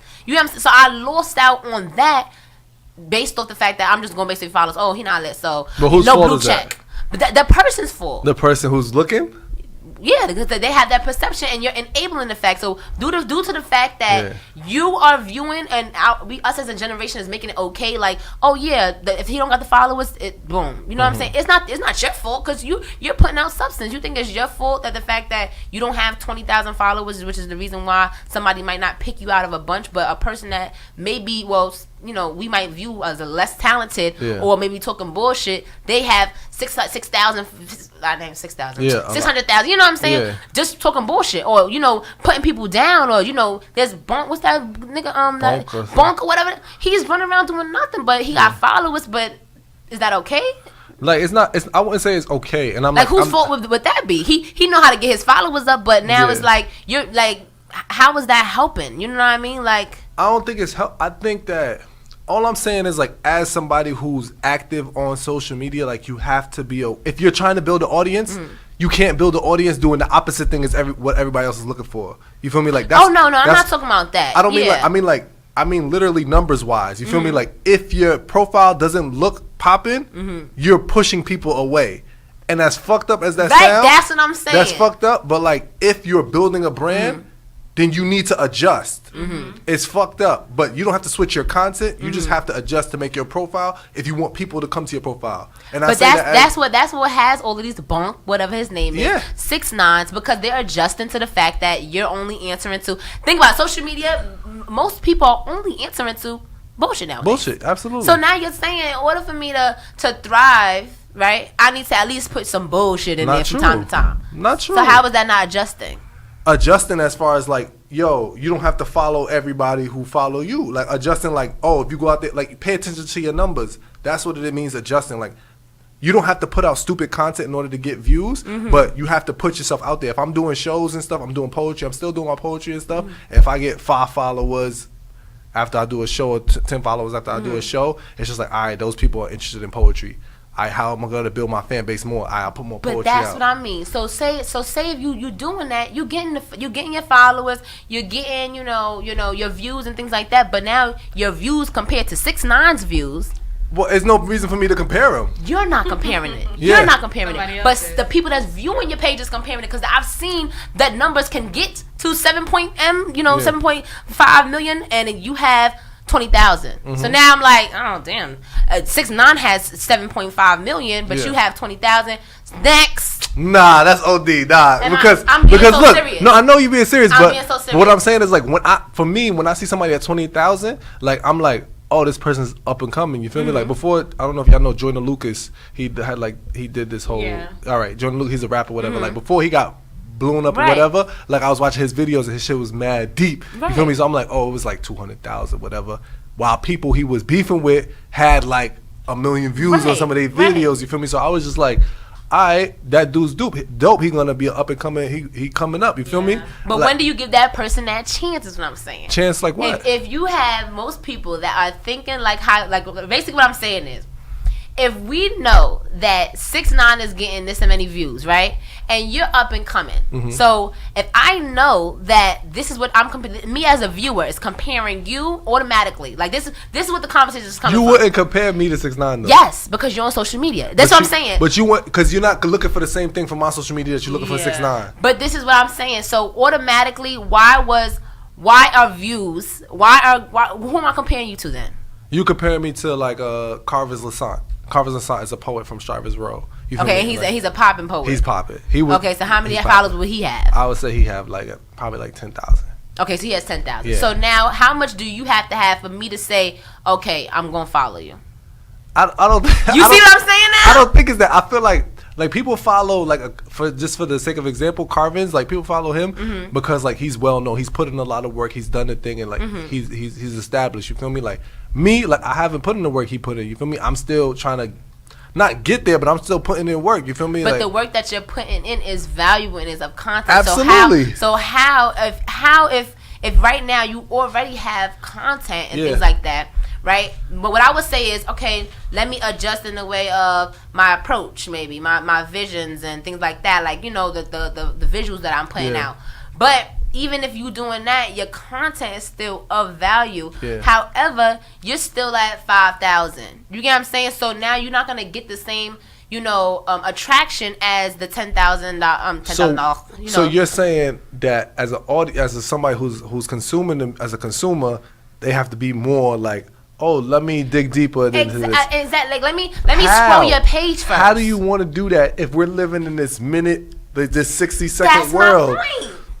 Which is why I say it belongs to the person who owns the profile, because you have to grab their attention within that 60 seconds that they're looking at your profile. I agree. Yeah. But now it's like, okay, how am I gonna do that if the person that's viewing your page, right, is only going for like the hot thing? You get what I'm saying? So now your page, then you're viewing the wrong page. That's my point. Yeah, but I might not get you, but I might get Toya. You feel me? I might not get you, but I might get this person. That was my example of, okay, even if 3 people looked at it, those 3 people looked at it. So it's not about 20,000. I see what you're saying. You feel what I'm saying? Yeah, because those 3 people, that's for that industry. That was that for. You know what I'm saying? So if she's a designer, right? If I'm into music, I'm not gonna bypass the designer because I'm not really into that. You get what I'm saying? So me being in a generation that is social media based, right? We're basing it off of the hype, is what I'm saying. You get what I'm saying? So even a poet, what I thought you were saying before is adjusting to it. So maybe if we're in the hype, maybe I have to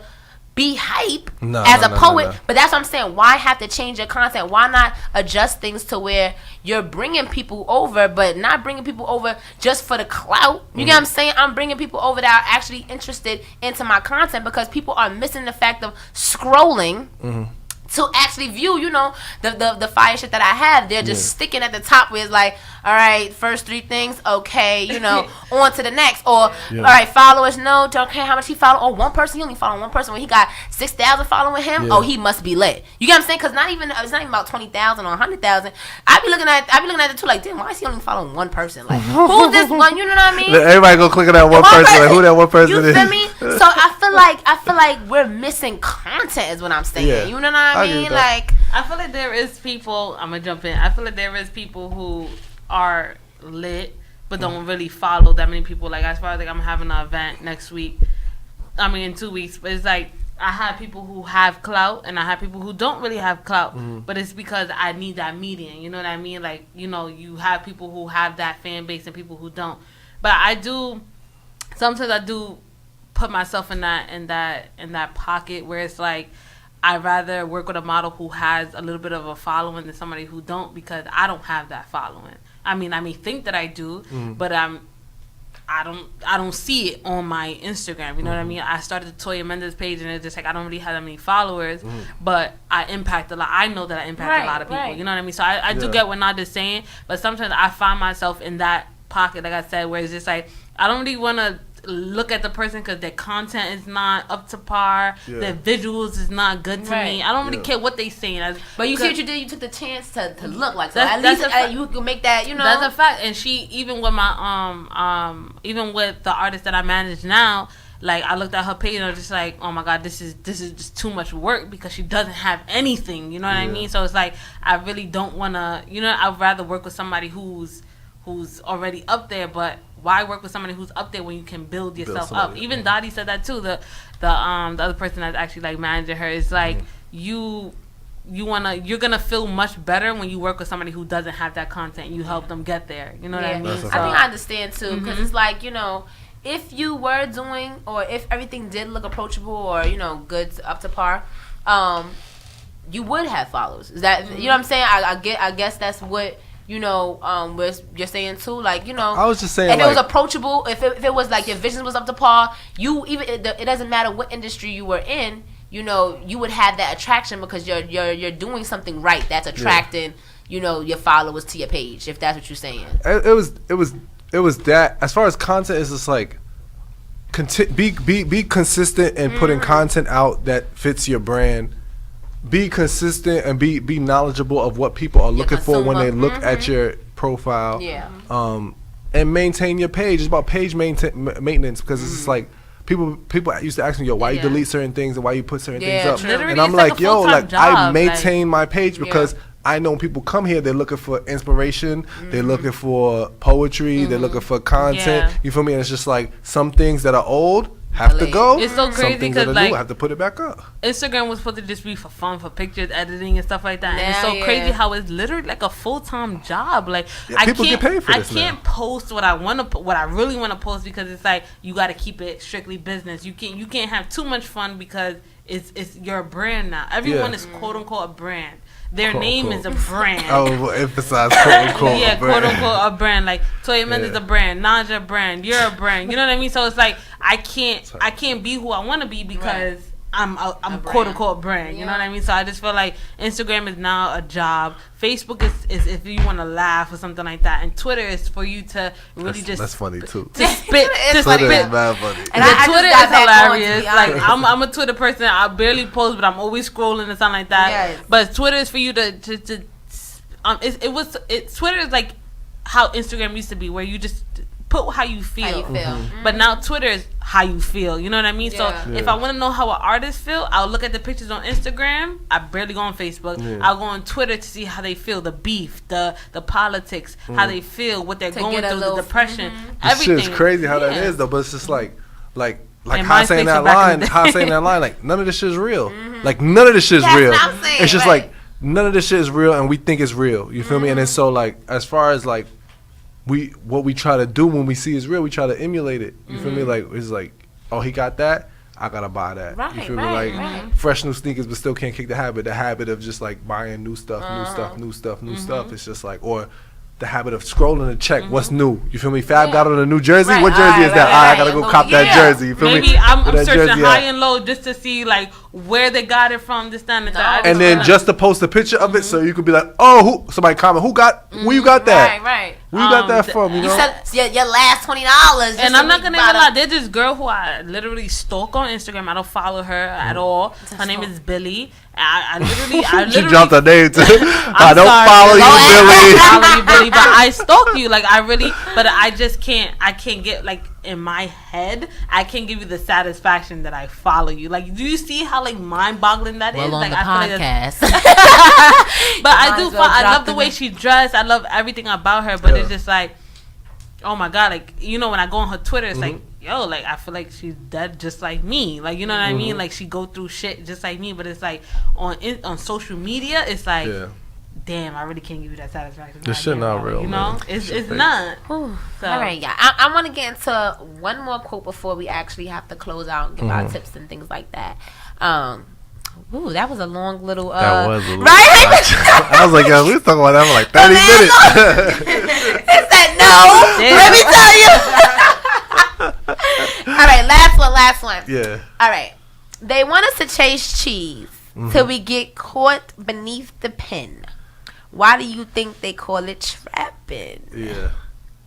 I don't know the origin of the term trapping. I was like, yo, where did this out of nowhere? It seemed like it started like getting popping, and it's just like, yo, like I noticed that line is basically like just a play on like, yo, chase your money, get your money. That's every hood niggas thing. Get your money, get your money, get your money. And it's just like, that's what they want. They want you to get the money. They don't want you to chase your purpose. They don't want you to chase joy. They don't want you to chase love. They don't want you to chase nothing. They want you to chase cheese. And then you get chase cheese, you get caught beneath the pen. The pen obviously being like a mouse trap. Or being the pen, actually the prison. Jail. You feel me? So it's just like they want you to chase cheese, you get caught beneath the pen. That's what you think they call it trapping. I really feel like I'm not a conspiracy theorist, but I feel like government and the powers that be, meaning old rich white people, white men, put these ideas and poisons in the culture for us to repeat, and then we behave this way. You feel me? Like trapping. I was like, all right, we know the drugs is getting into this country somehow. It's obviously government funded. Yeah, liquor stores on every corner. You know, there's a plot in here. You know, feel me? So it's just like, not only so with that in collaboration with the motive of just everything being money oriented, it's just like, all right, y'all want us to chase this, but like if I chase joy, like you can't take that from me. If I chase my purpose, then the money gonna come. I don't have to chase the money. You feel me? So it's just like that's what I meant by that line. Like you chase cheese, you end up getting fucked up. That right there, I was like, what? I have a request. What? Yeah. Can you say one of your poems? One of my poems? Preferably the one that we did together. I actually don't remember that. I don't remember that any poem. I just feel like I don't know if I want to take away. I'm taking away from Naja. But no, you want to get that vibe. Get that vibe.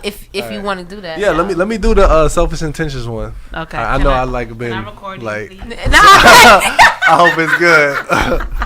How you doing? Hold on. Just let me record you real fast. Give me 1 second. Yeah. All right, go ahead. So just so you guys know, this is Oliver. I have a list, so I can't say his last name, but just introduce yourself before you start. Yes. Give me 1 second. Let me know when you're ready, Toya. The full introduction. I got these iPhones out here. I'm Droid life. Man. Right, you stupid. All right. It's Oliver W. Colbert, and this poem is called Selfish Intentions.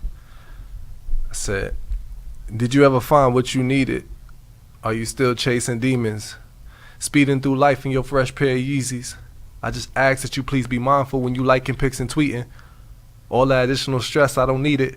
It's just another episode of you pleasing your fears, hoping when the next nigga come that he might get near to your heart. You know your pussy could be power, but sometimes you can't tell the two apart. So you let him blink at you with lies, wrap you in your feelings, then your legs open wide like old TV antennas. Sometimes I wonder what will be the difference if we didn't break up like the caked up makeup you used to apply in mirrors. Twisted reflection showing me the image of kids and white picket fences, but I know in reality the shit would have been different. So I'll be quick to snap out of it before I hit you like, how you been, yo? It's 1:15, you know what I'm fishing for. But you so eager to find love, you still jump on the fishing pole. We both know, and we both know. We got selfish intentions. Just to talk, we might listen. Thinking maybe if I play it right, this time would be different. She might stay with me, yeah. He might stay with me, yeah. But who are we kidding?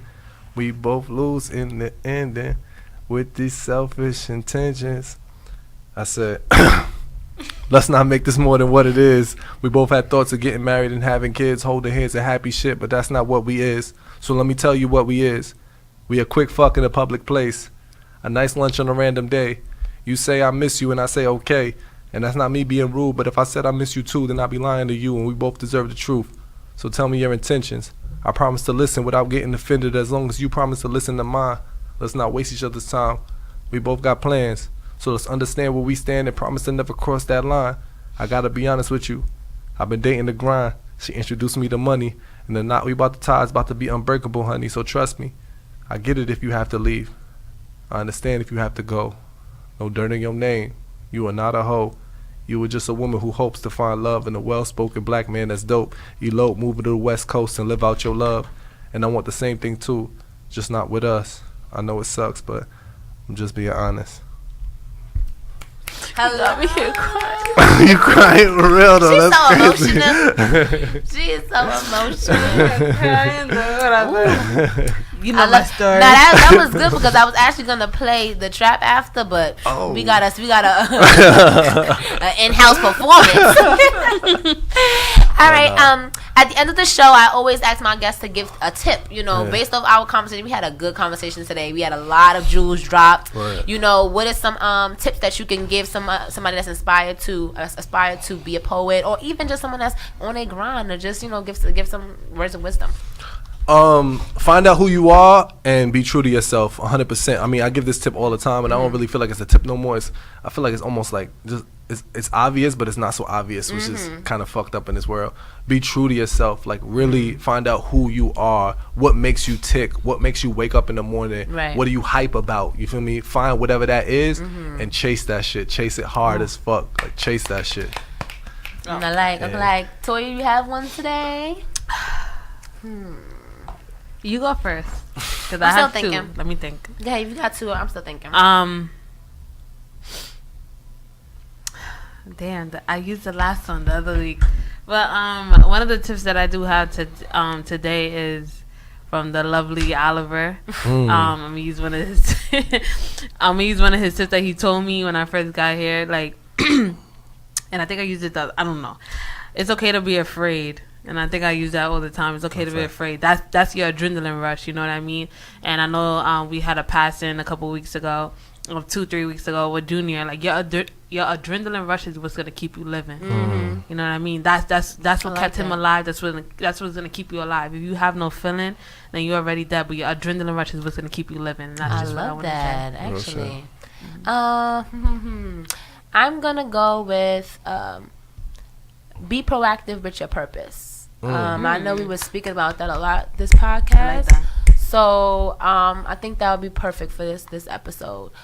Be proactive with your purpose. You know, make sure you know, if you feel that, go do it. You know. So I think that speaks for itself. So that's our tips for the day. Do we have any events coming up? Because I know we're gonna say go see the trap. The trap is on YouTube. You can shout out your name, the YouTube name. The trap is on YouTube. It's Oliver W. Colbert. You can just search Oliver W. Colbert the trap. It should pop up. You can follow me at Oliver W. Colbert on all social media platforms. Show coming up. I wasn't gonna do a show, but I decided recently, actually on the cab drive over here, I'm gonna be at the New Yorican on Monday. Okay. So I'll be doing the open mic night there. I think it's from 7 to like 9 or 7 to 11. Pull up. It's open mic night. You know, so I'm gonna try to get there early because sign my name up first because that should be crazy over there. So I don't work too far, so I'll be over there Monday night, and that's it. I mean, other than that, like, I'm gonna be launching my booking schedule is gonna open up for colleges, obviously for the fall semester that's coming up. And yeah, be on the lookout for my website dropping, oliverwcolbert.com. Don't go to it yet, though. Under construction. I mean, we all dropping websites. ToyaMendez.com coming soon. Well, my name is Toya Mendez. I'm the designer of the Grunge Project. I have a party July 27th. It's a lot of fashion meets music and stuff like that. So I'm bringing two cultures together, Bronx and Brooklyn. Queens, Long Island, Jersey. And also, I just want to say, everyone who's following me for Naja's page, I love y'all. Yeah, people ask me questions and stuff like that. I'm just trying to live my life the best way I can. So, yeah, big shout out to Naja. Not to be promoting everybody. I'd be like, Thank you. Well, as for me, GCM, Guiding Creative Minds, we have an event coming up August 12th. It's called the Entrepreneurship Exchange. Ooh, tongue twister. But yeah, that's mainly it's for women. It's called the Women's Edition. I kind of wanted to do a networking panel for women to come together so that we can, just share experiences and, get a little more experience from, get a little more details and information from experienced entrepreneurs, so we can get a little more talk and you can, have someone that's experienced in your path and, a little different from a platform. Oh my gosh, a little different from a podcast platform. So again, that's coming up August 12th. It's called the Entrepreneurship Exchange. From what time? That's from 12 to 4. So I kind of want to do it early to Sunday. Right now it's going to be in Queens Village, but I'm kind of seeing if I can get something a little closer. Gotcha. But that's where we're settled right now. But so that'll be take off from work. Take off from work. Call out now. Right, call out now. August 12 to 4 is gonna be dope. There's gonna be refreshments and things there. So just come out to that. Also, if you would like to be a guest on the show, you know how to do that. That's www.gcmagency.com. Just leave your contact information, your business, and you can definitely come up to the show. As for you kill me every time you do this. But yeah, that's for that. Oh, and I'm gonna actually have some additions onto the website.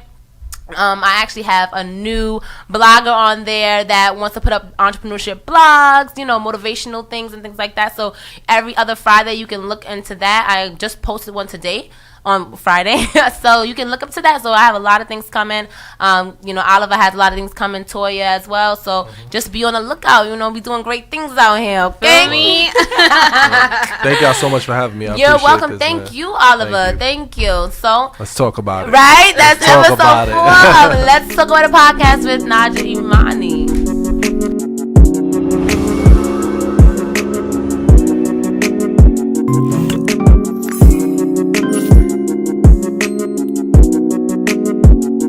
And now, will you please join me in welcoming our commencement keynote speaker, Oliver W. Colbert.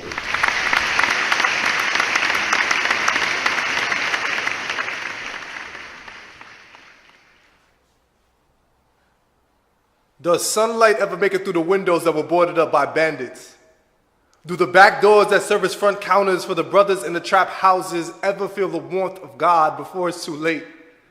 Some nights, I pray for the trap, for the criminals who cook chemicals in pots of Pyrex in order to give their children food to digest. Yes, these men often crack through the context of my prayers. I have compassion for those souls who chose to treat their lives like wet clothes, hanging them from nothing but white lines because they realized the system was designed to leave certain niggas out to dry. The black flowers that decorate front porches and curbs in front of corner stores where street merchants set up shop and pitch bags of escape to those so entrenched in their condition that they need assistance from substance just to elevate. Sometimes I feel like I can relate. I have a question. If he flipped bricks of coke and weed for the same price they sell those college degrees, then who's really trapping? I mean, to me, the biggest drug in this country is the undefined chance of success. And we shoot up every chance that we get. Pictures of potent poison poking through our eyes and our ears, outlining how we supposed to live our years. We get high off images that ain't even real, but yet we're still at it, still addicts. Fresh new sneakers, but still can't kick the habit. Quick to pawn our power for another fix before we even realize we have it. I told everyone I was going to graduate college to avoid being another statistic. And then I found out student loan debt is as high as it's ever been since they cut the funds for giving my brother's degrees in prison. So whether locked behind bars or locked beneath debt, I'm still a victim of the system, which still makes me another statistic. And that's why I don't blame those dudes who cartwheel bricks until profit hits. They are rebels of the road that were told to them to be the right one. Their cold conditions warrant them to brainstorm strategies for survival, so snow was always in the forecast. And it's sad. Because it's always the men with the most drive that are always the first to crash. It seems as if you're not American athlete or American Idol, then your hands just idle. And we know in the ghetto that means your hands left to be tools for the devil. While grandma sits in church every Sunday with both hands tied together, praying that someday God's sun rays to graze you, for them police bullets blaze you, and you die, and you leave us here to cry over another death so tragic. I'm right beside her praying God opens your mind before we have to close your casket. I swear, prisons have become mansions for the misunderstood. Crippled corner store beacons who don't fear death and then die and wind up leaving the remnants of their hustle and roots inside the flower beds of the unforgiving youth. I have a message to my young brothers. Don't wait until you're 6 feet deep to get close to your roots. The fact is they only call it illegal whenever they can't tax it. They want us to chase cheese till we get caught beneath the pin. Why do you think they call it trapping? So God, I ask that you watch over the windows that were boarded up by bandits, the back doors that serve as front counters for the brothers in the trap houses. May you shine your light on the misguided, misinformed, and misunderstood brothers of the trap.